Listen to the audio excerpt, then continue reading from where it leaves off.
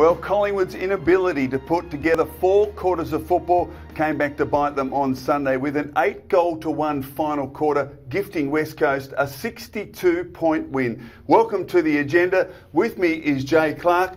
And Jay, so close yet so far. Yeah, Chris, it was a disappointing result, particularly the last quarter, because the Pies were in range there for a while. But the big worry for me here, mate, is this defensive press. It's been a recurring issue all season. Opposition teams just found it too easy to get through this Collingwood press, and I must admit, watching it, it is unclear at times what in fact they're doing with that. I know 7 players under 25 games. You probably expected West Coast to win this one anyway, but a disappointing finish. Now they take on Carlton, the old arch enemy, and Dale Thomas. You remember Dale?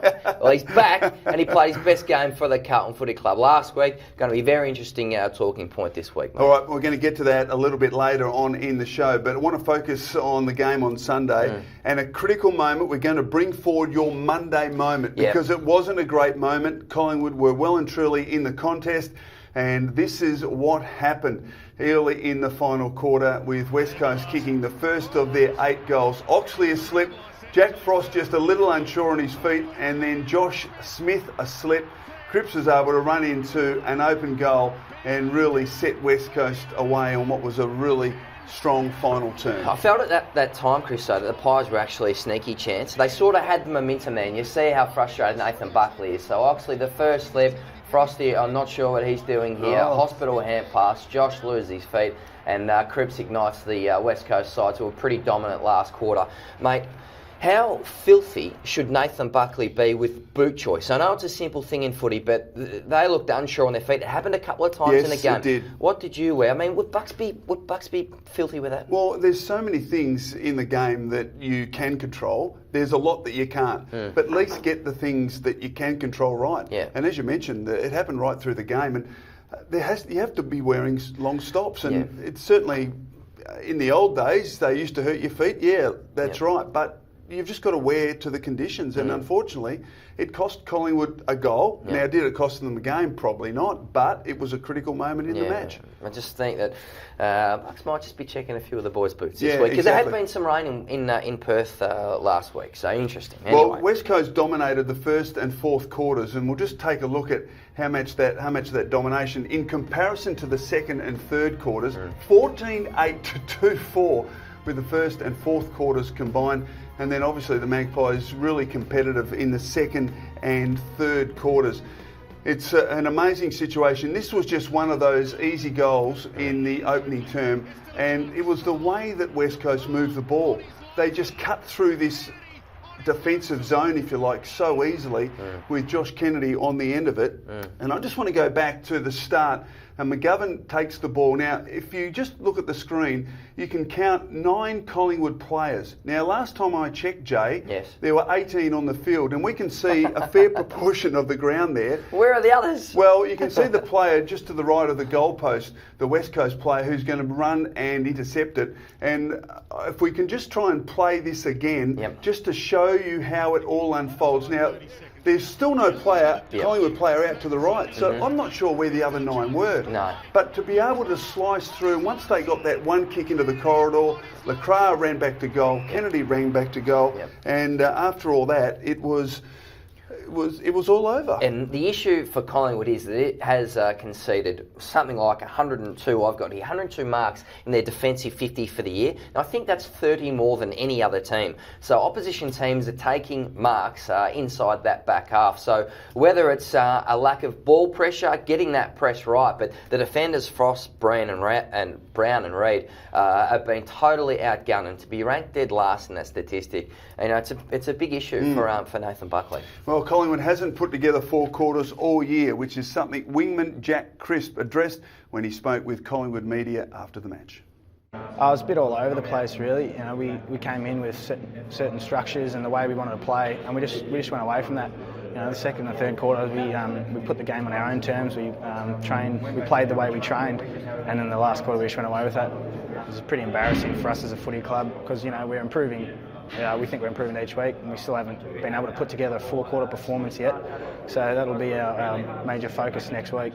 Personally, myself, I felt pretty good. It's easy to feel good when your team's up and about as well.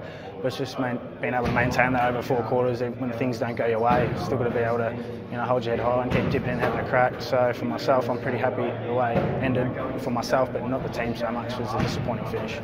Well, good to hear from Jack Crispin. Certainly acknowledging what the issues are, but it's another thing actually putting it into action. Although, Jay, the third quarter there was some tremendous stuff with the ball movement and the combination of hands through the midfield to set up goal scoring opportunities. When they've got McGovern and McKenzie back there, you can't just bomb long because they intercept too well. So you see the strategy here is to use their hands and try and control the ball, run and carry, overlap through the middle of the ground. In this third quarter, you're right. We did start to see the Pies string that together. And this is what must frustrate the Collingwood coaching staff, because like Black and White, the jumper, it has been Jekyll and Hyde Collingwood Footy Club this year. Their bad has been shocking and their good has been okay. And here you see them control the ball and take it up to one of the the best defences in the competition. Treloar was very good. Very impressed with Crisp's game.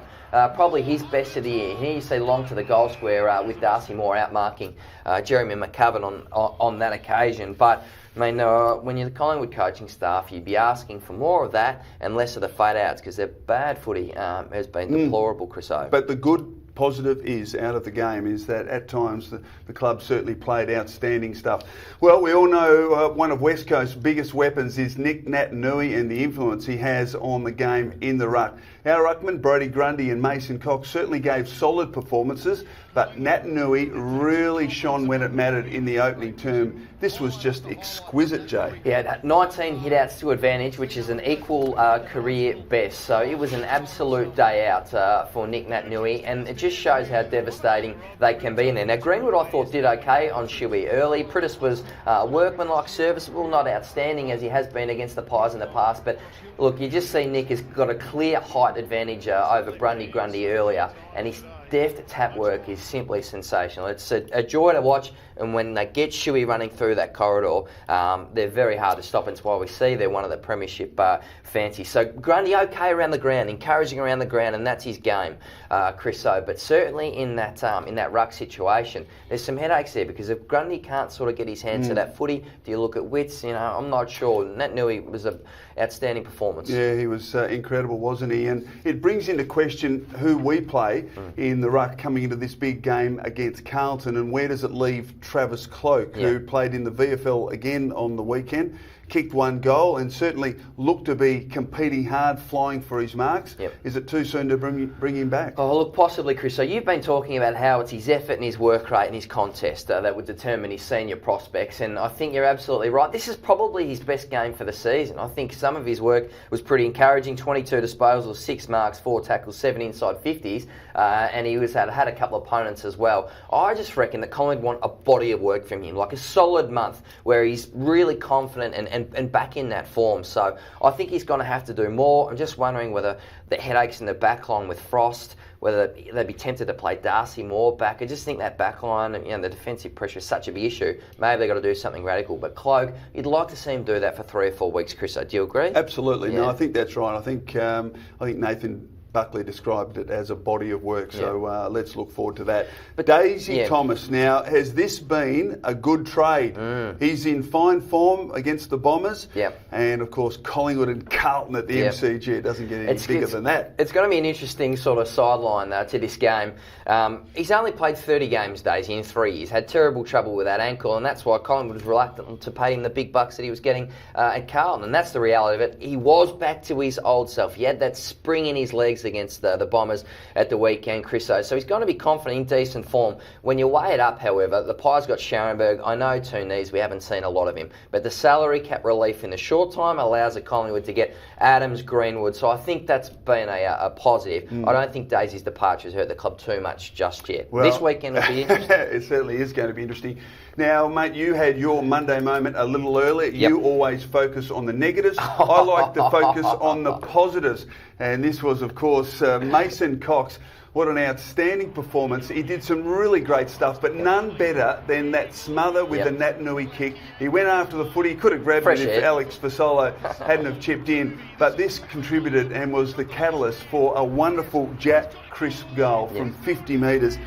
So he made a very good account of himself again, Big Mason. Yeah, he's trying hard, and I think he's presenting at the contest, and that's a big thing. You know, he's providing an option for the smalls to get to him. And you see with an effort like that, Chriso, you know, he's trying really hard. I can't see him losing his spot just yet. No, absolutely, he's going pretty well. Well, mate, we are out of time. It's going to be a massive week. There is none bigger than the rivalry against Carlton, an absolute must-win game come Saturday, and we'll be covering it off on the agenda. Join us next Monday. Go Pies. Goodbye.